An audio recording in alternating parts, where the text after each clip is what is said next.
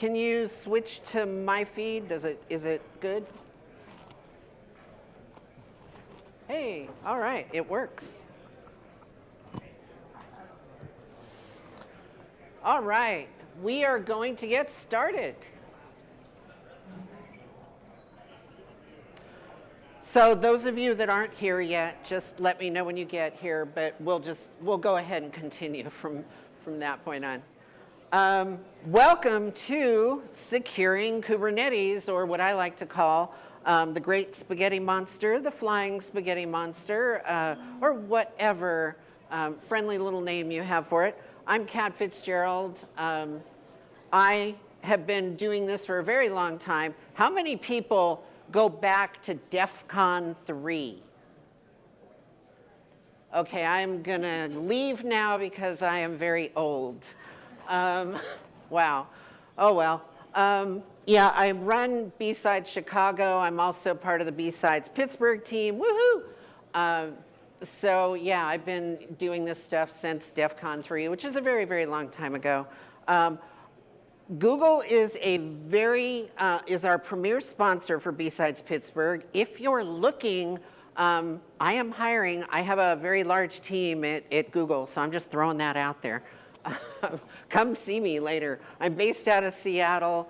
Honeypots and refrigerators are something that I love to play with a lot, especially when it comes to Kubernetes, because I use Kubernetes for deploying some of my honeypots.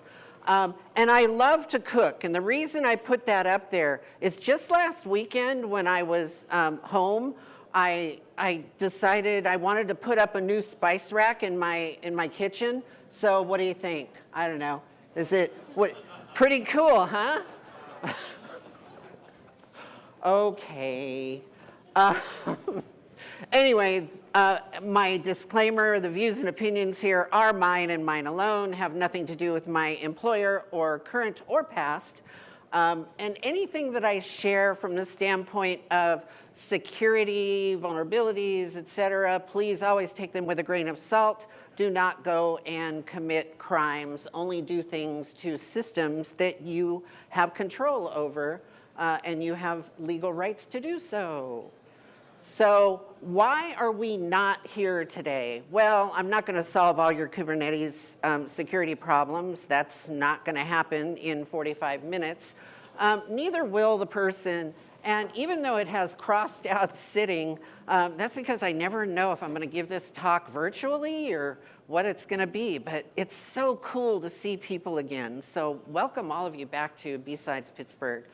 And something that I like to say is common sense kind of went out the window a long, long time ago.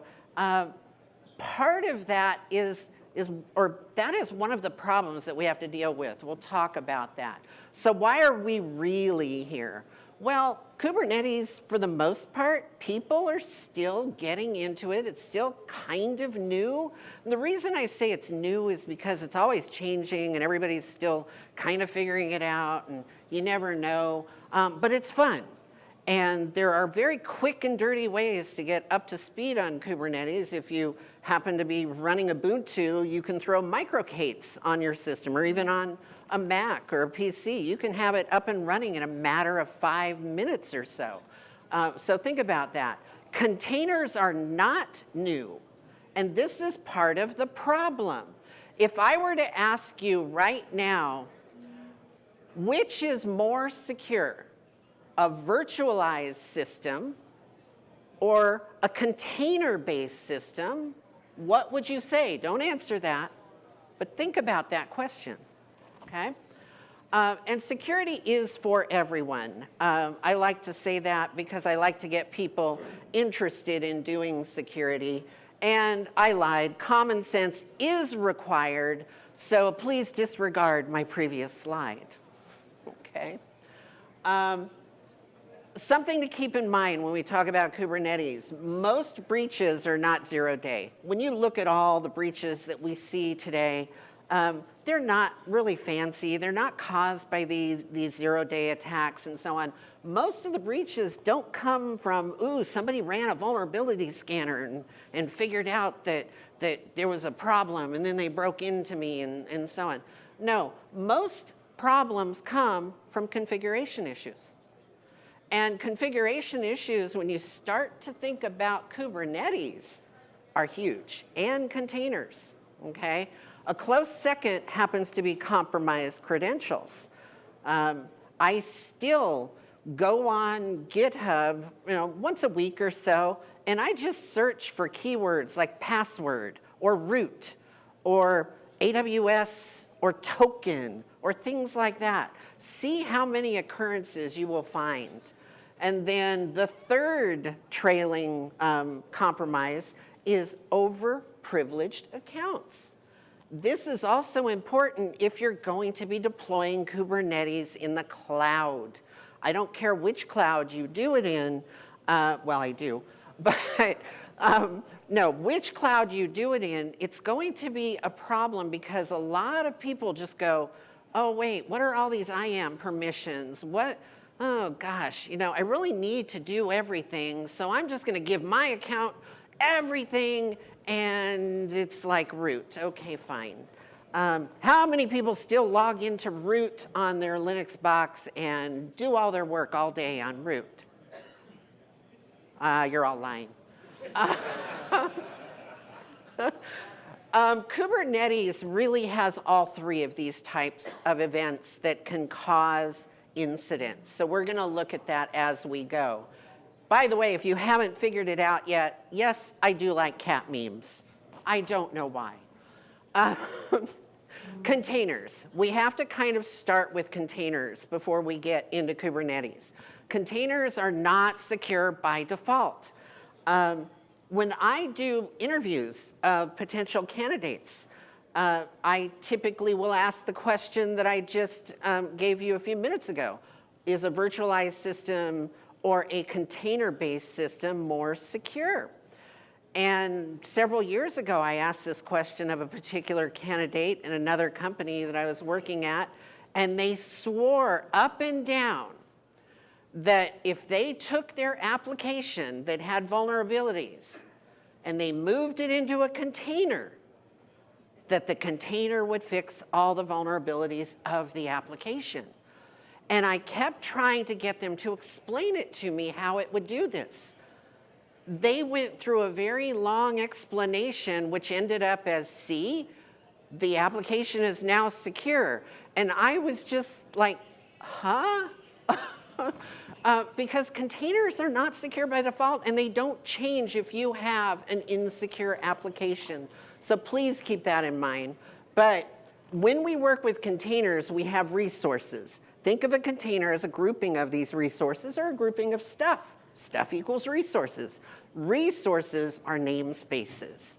If you do not apply certain controls on your namespaces, you will have an insecure container, okay?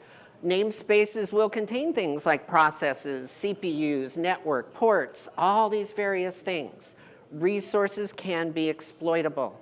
What if you have a container sitting on a system that has, 20 CPUs on it and 100 gig of memory, something like that, but you don't put any limits on CPU or memory usage of a container, and somebody either tries to do a denial of service against that container, the application in the container, or they actually break into it in some way.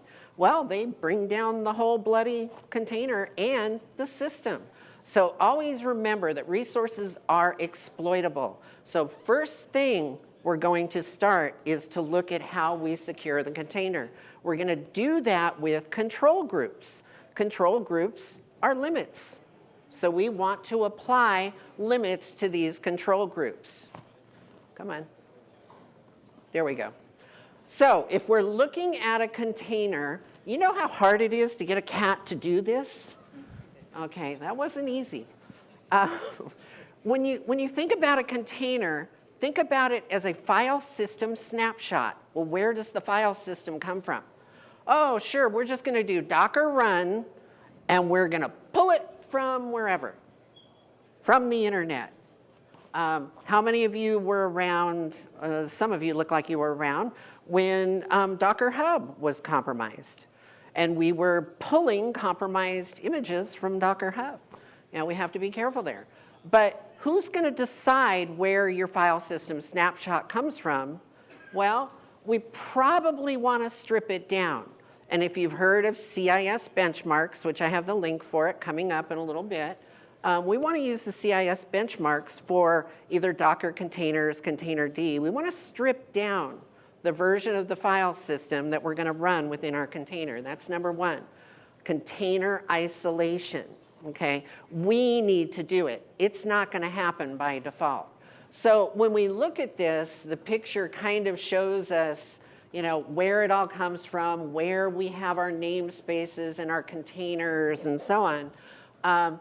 Anybody notice, if I were going to threat model this, where's probably the most dangerous point of attack on this slide? Anybody want to take a stab at it? Let's see if this works. Wait. Hey, there it is. My Docker registry right there. Because if that registry where I'm pulling everything gets compromised or it is not private and controlled within my environment, no matter what I do with Kubernetes, I'm going to be deploying insecure containers. Somebody dropped their watch. Okay, so keep that in mind. All right, container best practices before we get into Kubernetes. The base image itself, I already said it, you need to secure the repo. So you don't want to be using just some public repo somewhere. Sure, when you're playing and learning and so on, yeah, but don't be doing it in production. Also, CIS. Is everybody aware of the CIS benchmarks? Who isn't? Who has never heard of CIS? And there are some people in here. Go to cissecurity.org. CIS is the Center for Internet Security. It is an organization, pretty much mostly volunteers, and they work on contributing to the benchmarks for best practices of security. On the CIS Center, you will find everything from security of basic operating systems, of containers, of Kubernetes.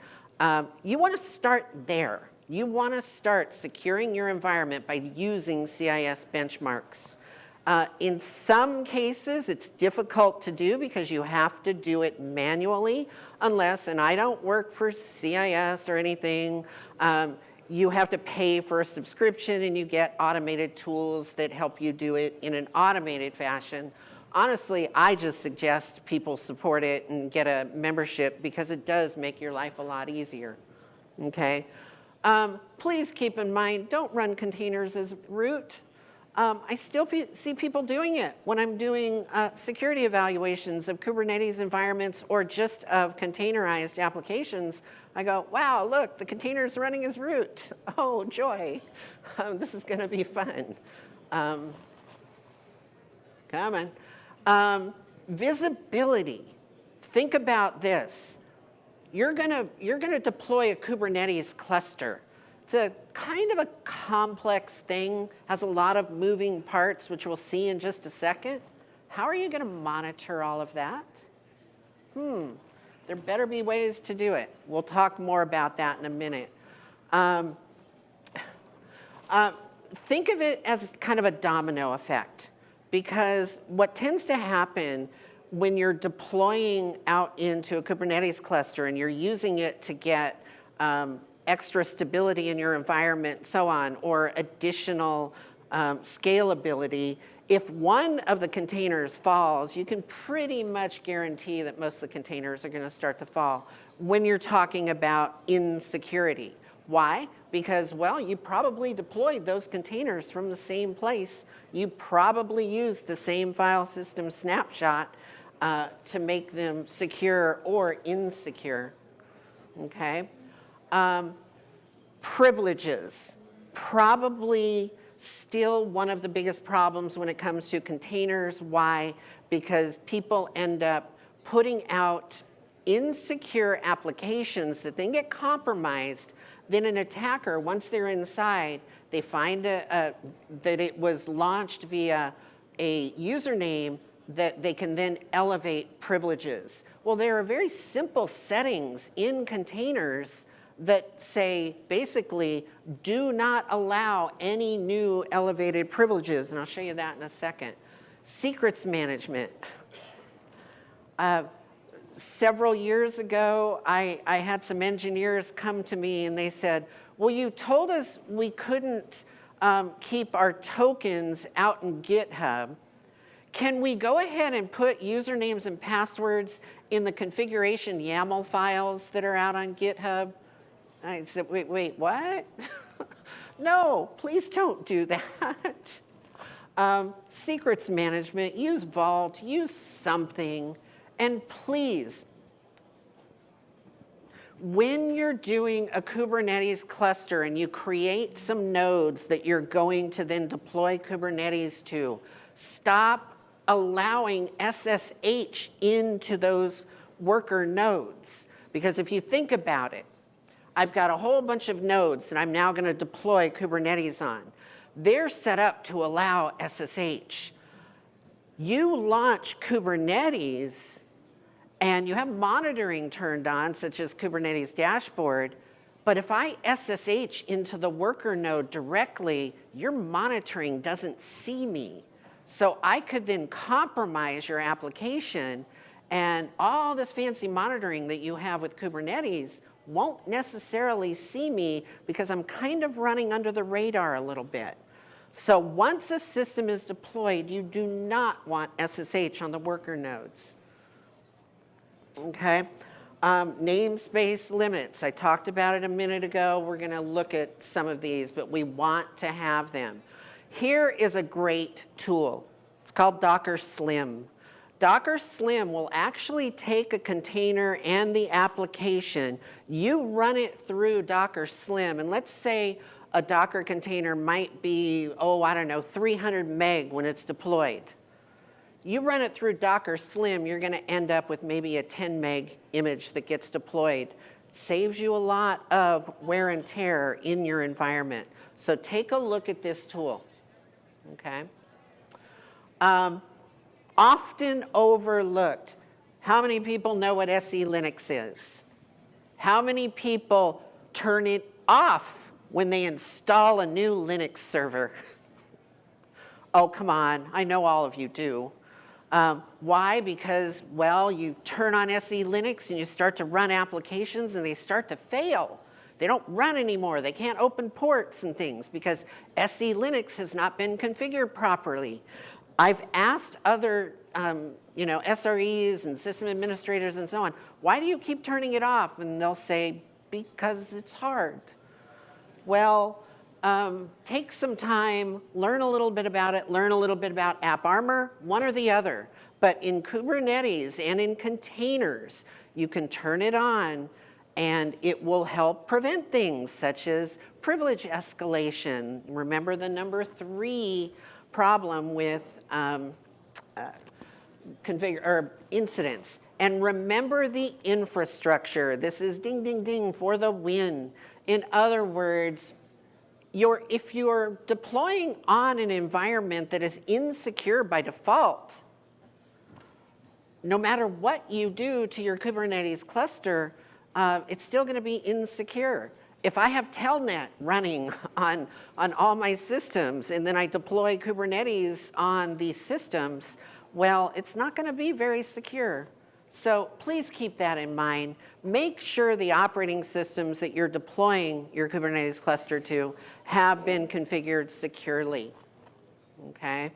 So here's that picture again. Well, not again. Here's the picture that describes the question that I asked a little bit ago, which is more secure, a virtualized system or a Kubernetes or container-based system? Well, we see in the first part, we see, we've got hardware, we've got an operating system, and then some applications running on it. We now come to a virtualized system. We have a hypervisor level, and then we build virtual machines on top of that. Well, there is much more isolation blocking within a VM-based system. when you go to a container, you've got a container runtime system. If I can compromise this system, then I can most likely get to all of the containers. Or if I can compromise a container, I can very possibly get to other containers. If I compromise a VM, does that mean I'm going to get into the other VM? No. It's a completely separate operating system. I could be running Linux on one and Windows on another. People still run, no, never mind. So the point here is yeah, a VM system, based system, is going to be a little bit more secure, assuming that the hypervisor is secure. That is an issue. Yes, I do take that into consideration. But I really have a lot more ways to get into a container-based system, especially with Kubernetes, okay? I don't know, this came out years ago, but I still think it describes Kubernetes in a great way, because if we just inundate them with quarterly Kubernetes releases, hell, it's just gonna be, you know, security, God, they keep changing it. But that's what we're gonna do. There are a lot of releases of Kubernetes. So let's see how it's gonna make things interesting. So Kubernetes in a nutshell, we have a master node. Think of that as the manager of all the things, okay? We have worker nodes, and remember, worker nodes are going to be the things that we want to make sure we keep those very, very secure. We don't want them running extra services underneath the containers. We only want them running the parts of Kubernetes that it needs. We have pods. Pods are a very interesting concept, and they are often overlooked when it comes to security. Think of a pod as an isolation chamber. So I don't want to have a pod that is running both the web-facing application and the database that is being controlled by this web-facing application. I want to have a pod that is dedicated to maybe, maybe the web apps, and then a pod that is controlled for just the databases, or maybe I'll have a pod that is specific to dev, and a pod specific to QA, and a pod specific to production. Why? Because they're isolation realms. So I'll show you that in a second.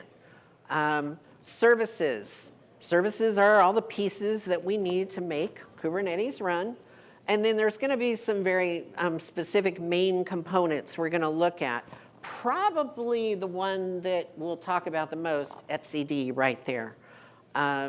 It is indeed something that is overlooked and often not well protected. And that is the keys to the kingdom when it comes to Kubernetes. So I like to say, you know, picture is worth 1,000 words, and it is in this case, because it takes that previous slide, makes it a little easier to digest. Because when we look at the master node and what we see on it, that's where we're controlling it with kubectl, or kube control, as some people like to say. But I'll say kubectl. Anyway, we're going to control the master node, and notice that etcd is actually drawn like a database. And in a way, it kind of is. All your credentials, all your things are there. We want to protect that. We want to protect that like it's Fort Knox, you know, put firewalling around it and do everything. The master node is where we're going to control everything. That's where the scheduler runs. We have the API that allows us to talk to it and talk to all the other things. So we want that pretty well hardened. Our worker nodes contain kubelets. I love all the names in Kubernetes. It's just so fun to say, kubelets. Anyway, but we have kubelets that run. And a common mistake in the beginning is that people will do their darndest to open a kubelet to the internet. They want to open it internet facing in some way. It's hard to do, it can be done, but no, that's what kubeproxy is for. Kubeproxy is the thing that's going to allow our traffic into the kubelets, okay? But see how the pods here, this is where we want to isolate things, because a pod is how we want to group our applications or our environments. If a pod falls, it should not take down the entire environment, okay? Whether it's dev or prod or who knows, whatever it's going to be, okay? So you see you have multiple worker nodes, and then Docker is running in there, or containerd. It's all very similar. So yeah, that kind of explains or gives you a slightly better picture of what those concepts were on the previous slide. But let's talk about common sense and how we can now secure Kubernetes, okay? First and foremost, TLS everywhere. It is possible to configure things so you're not using TLS. Huge mistake. Did I put too many exclamation points there? I don't know. I run into situations where I'm analyzing a cluster and I see connections and they have not enabled TLS, and my simple question is why? And they say, just didn't get around to it. I'll get to it later. Something like that. They never get to it later. How many times have you said, I'll get to it later, and then you don't get to it? I'll raise my own hand in that case. Harden the infrastructure. Remember, I already said that, okay? Enable RBAC. All of Kubernetes uses role-based access controls. You enable it with least privileges, disable the asset-based access controls. This is, you can do it, but it adds a layer of complexity that just makes it much harder. I'm not even going to get into it. And you need to monitor everything. I have an example of a great tool I happen to like. It's open source, called Wazoo. And they have a blog entry that they did on monitoring and auditing Kubernetes. That's one of the first and foremost things, because most people that are installing Kubernetes are just forgetting about the monitoring part, because they think, oh, it's going to run just fine, not a problem. And then this command here, the kubectl get role binding all namespaces. Every time I deploy a Kubernetes cluster, I'll run this. In other words, this is trust but verify. I want to make sure that all the namespaces that I have configured, remember the namespaces are part of your containers. I want to make sure that all my role binding and all my accounts and RBAC is set up. There's some tools on another slide coming up. I'll show you to do that. You could use a third-party auth server for the API. In other words, you could set up something outside of the Kubernetes cluster. Don't use the built-in auth server for doing authentications for your API calls.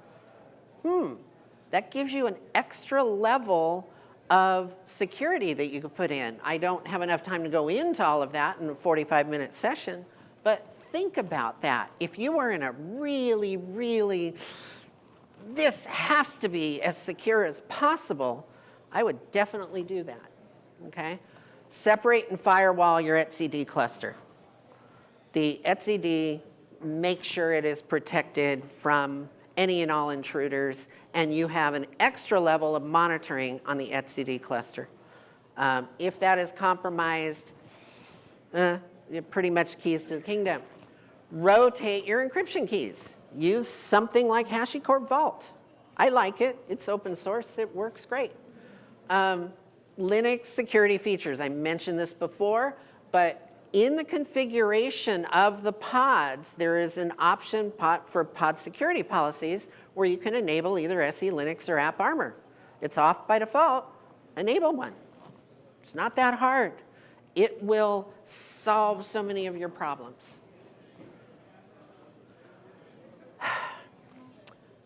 kubectl get secrets. This is one of the commands you want to run when you first install your environment. Well, this is a better way to do it. It's an easier way. There are some open source tools that will allow you run these, it will kind of audit your configuration, and it's going to tell you, oh, yeah, you've got some problems here. You've got some overprivileged accounts, or oh, here's one without a password or something, you know. So run these and make sure all your accounts are at the proper privileges. They have the right access controls. There are some. Nah, I'm not going to say it. I'm going to skip over that part about GitHub for right now. I'll come back to it. Your image repos, remember the repos, they have to be secure. Those are the, your Docker registries, okay? Keep those secure.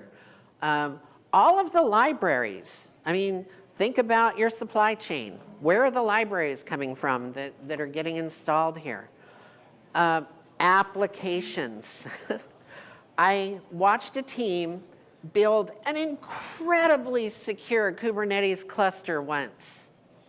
And then they installed an application that they deployed, which they had never done any security review of it. They never ran any vulnerability checks on it, nothing. So the first time I got into it, I started looking and I went, yeah, but you have SQL injection right here on the application, and I just got into the container, and I can now do remote code execution, and I've now taken over your entire Kubernetes cluster. And they were like, how'd you do that?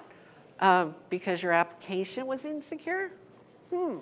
Minor problem. Please don't forget the application just because you're deploying it with Kubernetes. And think about pods.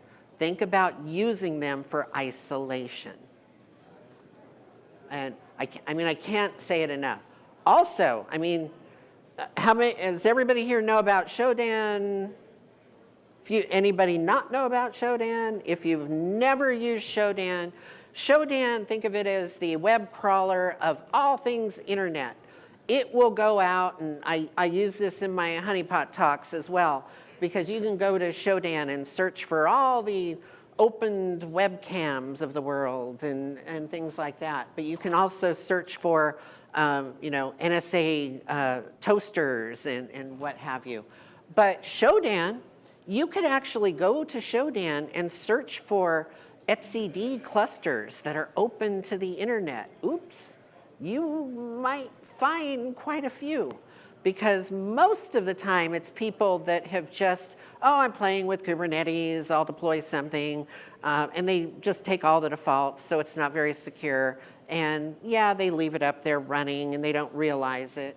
But sometimes you might even find some production level Kubernetes clusters that are completely exposed. So I use Shodan just for looking and searching for those types of things. I like to, if there's some way of figuring out who the owner is, I'll report it to them. So don't be afraid to use Shodan to look for your own stuff. Come on, there we go. Configurations. All right, remember most of the breaches come from configuration issues. Here are your links and where you want to get the CIS benchmarks for hardening your environment. And I will tell you right now, besides learning how to harden the environment, you will learn all the configuration commands and settings and things like that by looking through the CIS benchmarks. You will learn more about the configurations by just going through these than if you would reading some huge Kubernetes book or something like that. So take the time to look at first Docker, and then Kubernetes. Look at how to secure the container first, and then how to secure Kubernetes. Okay, so you get the idea. I don't know if anybody was here in the very first talk this morning on the CISSP, but one of the things they talked about was, what kind of a learner are you? Are you a visual learner? Are you a thinking learner? How do you learn things better or more easily? And I sometimes think that actually going through these benchmarks, I learn a lot more about whatever the thing is because it explains what you're really trying to harden it against. What is the threat that this configuration change will protect against? Okay. What about automation? I don't want to put all these things in by hand. Well, there are some ways to do it, although my cat is frightened about automation. What if you use Jenkins or some tools similar to that? There are some open source tools that will plug into Jenkins, and they will take and do things like analyzing the image that you're actually deploying. It will analyze the container configuration to see if the container is secure or insecure. So keep that in mind. It's going to help you to deploy something that's very, very secure, or more secure than it would be if you happen to use Jenkins or similar tools like that. Okay? Some additional tools. Let's say you just installed your first Kubernetes cluster. You want to know, is it secure? Love Aqua Security. They have KubeBench. This is something that's going to run and tell you, have you applied all the CIS benchmarks correctly? Or did you not apply any of them? Okay. Run it against a master node, a master or a worker node. Okay. There's another tool called KubeAudit. This will be a little more granular. This is going to show you where you've gone wrong. Maybe you forgot to do some of the configuration changes that CIS benchmarks suggested. Okay. Here's an example. When you start to look at this, you can see that if this works, yeah, there we go. Oops, the read-only root file system wasn't set.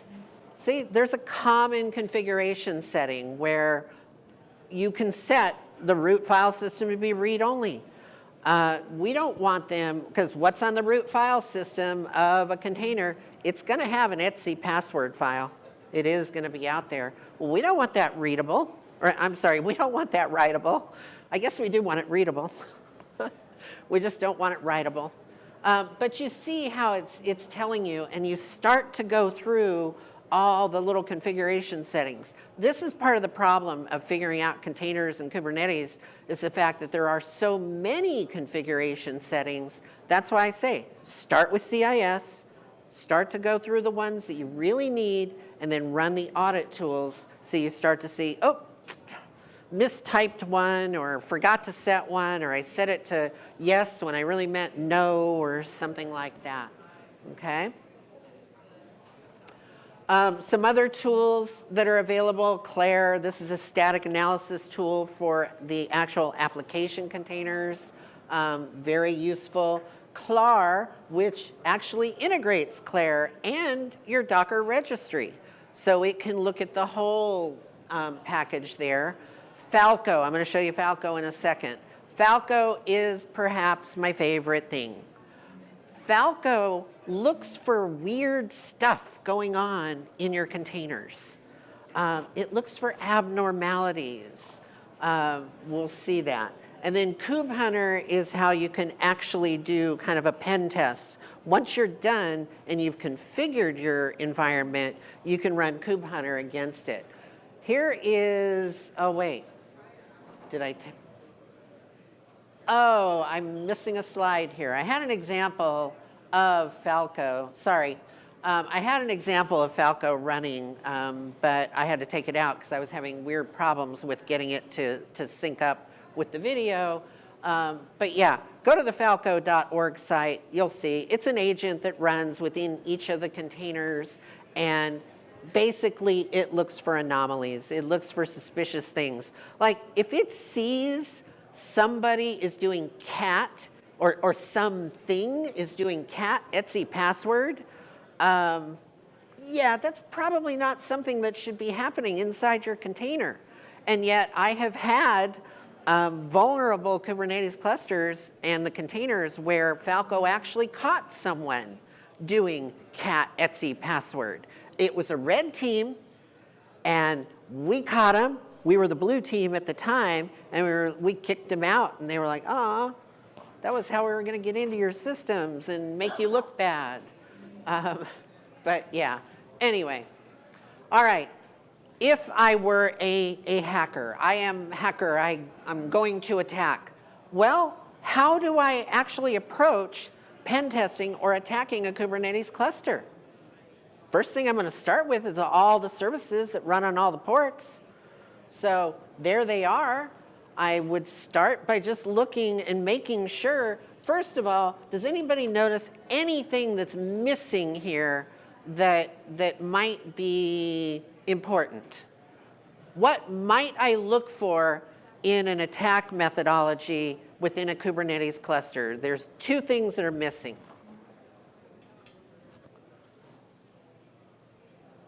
What about before port 443? What about port 80? What if I find an open port 80? Oh, somebody forgot to turn on TLS. What if I find port 22? Ooh, crap, meant to turn that off. Okay, keep that in mind. So this gives you a kind of an attack vector. Obviously, 6666 for etcd, I'd be looking to see if that is exposed in some way. Okay, so it's the same kind of thing. You know, if you're an attacker and you want to go after a Kubernetes cluster, these are the things that I look for. Can I get to the API server? If I can get to the API server, I have an attack vector that, oops, probably shouldn't be there, especially from depending on what network. Check for etcd, make sure etcd is locked down. If that is not, then you have a problem. Checking on the kubelets. The kubelet port should always be read-only. You should never find a kubelet that has write access to it, okay? The container vulnerabilities. I mean, there's nothing stopping you from running a quick vulnerability scanner against any of the applications that are running within your containers. Do you have sensitive files that are not protected? Remember Falco?